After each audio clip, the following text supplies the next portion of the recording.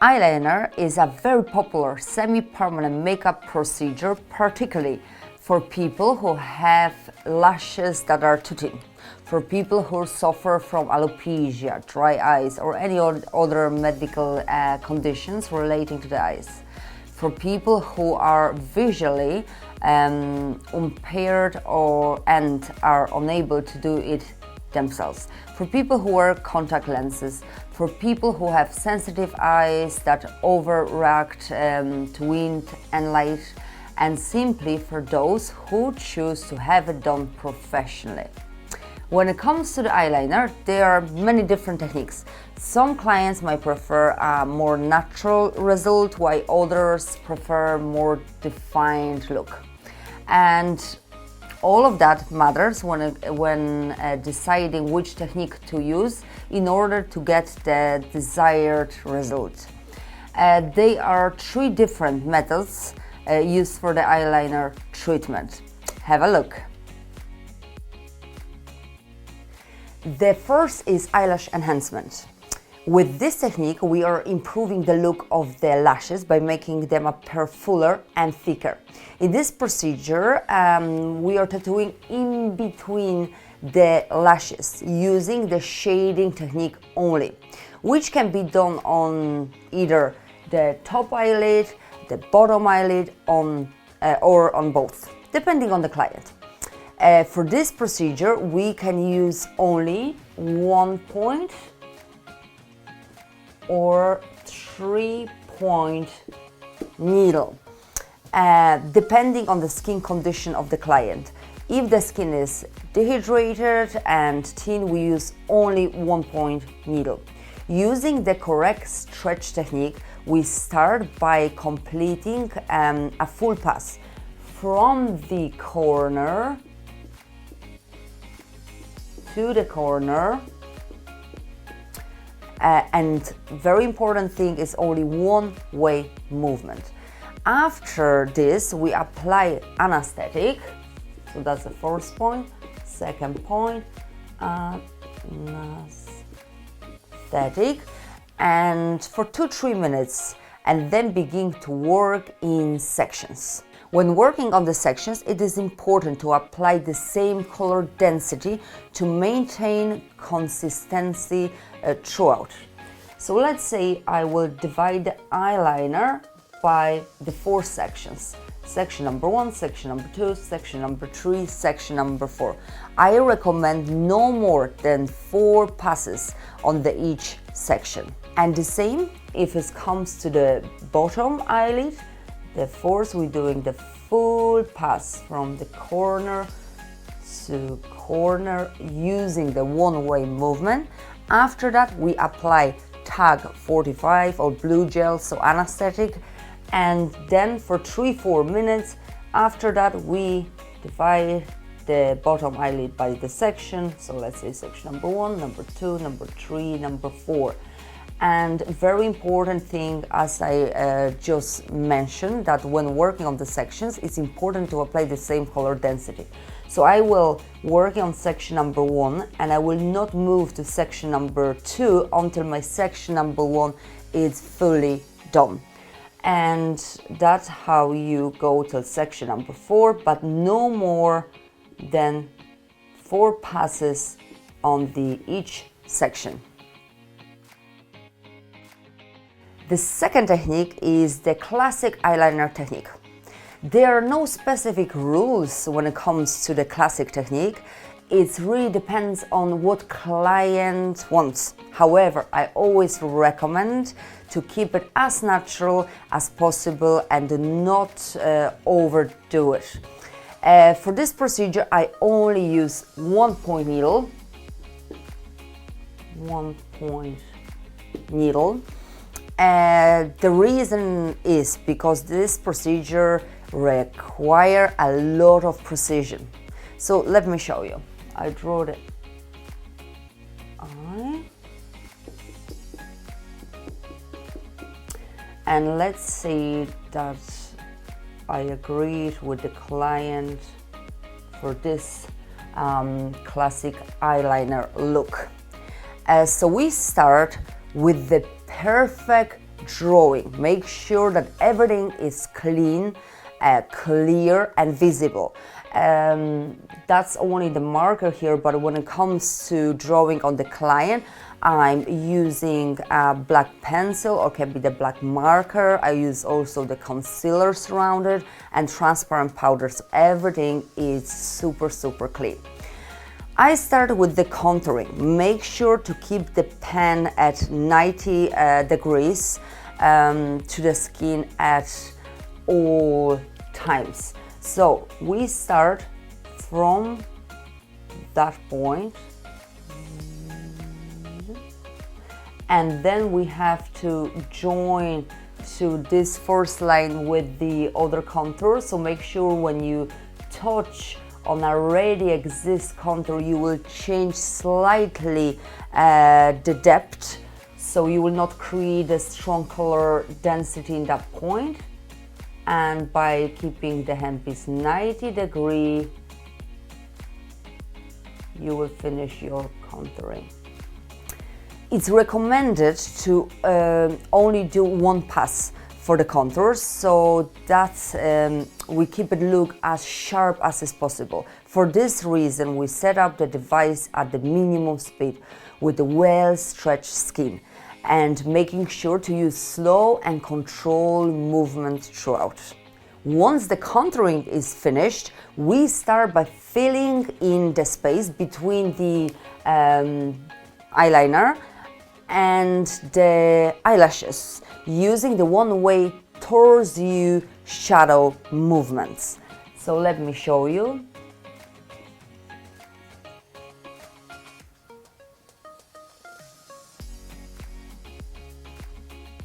So from contour till contour in that position, and then from the contour till the eyelashes. And after that, we can apply a thin layer of anesthetic for 2-3 minutes. So coming back to our points, 1 point needle, contour, 3 shadow, 4 anesthetic. Now, after 2-3 minutes, we clean everything really well, and once that is done, we can begin to work in the sections. And as before, always make sure to stay consistent with the color density and keep everything smooth and even throughout. So let me show you. Section number 1, section number 2, section number 3, section number 4. So 1, 2, 3, 4, and as before, I will not recommend it more than 4 passes on each section. The third technique is the magic eyeliner. Magic liner is popular eyeliner technique similar to winged eyeliner. This involves extending the eyeliner to achieve the classic flick at the corner of the eyes. Depending on how you like your makeup, it can be as subtle or as large as you like. Bolder colors can also be used with this technique, giving an almost eyeshadow-like effect on the eyelid. We start this technique by creating the stroke at the corner of the eye. So for that reason, we will use only 1 point needle. And that's the stroke. The length of the stroke depends on what client wants. The longer the stroke, the more dramatic the effect. The shorter the stroke, the more natural it will look. As I mentioned, we only use 1 point needle when doing the stroke for sharpness.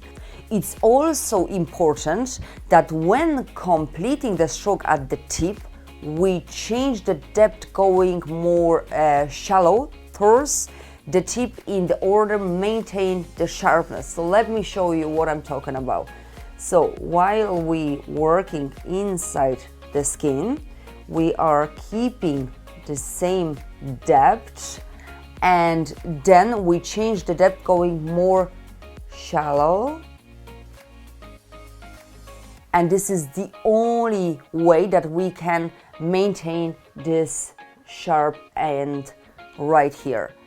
And if it's not done, it can ruin the look. So this is super important, that is actually sharp at the end. Step 2 is the eyelash enhancement, which is exactly the same as enhancement procedure on the top of the eyelid, which we discussed just a moment ago. So let me show you. So step number 2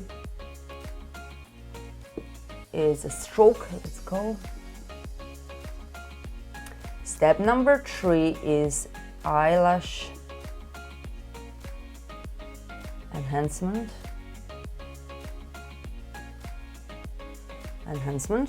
So we all step here. We're doing right here near the lash line. Once we finish the enhancement, we return to the flick. From the top side of the flick, we begin to create some shading using towards you movements and being careful. Stay to very shallow on the skin. So that are the movements from the flick.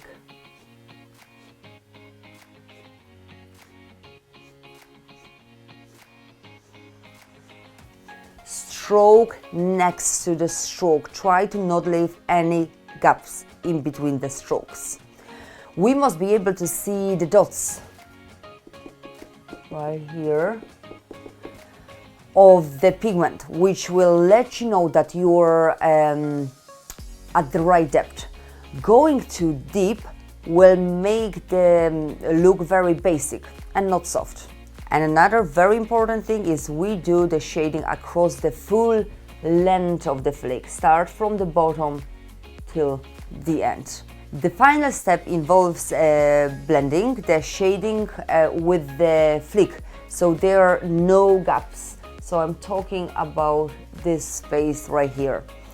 To do this, we stay within the first half of the shading closest to the flick. To do this, we stay within the first half of the shading closest to the flick, adding more shading, but changing the directions to darker the look. So we go.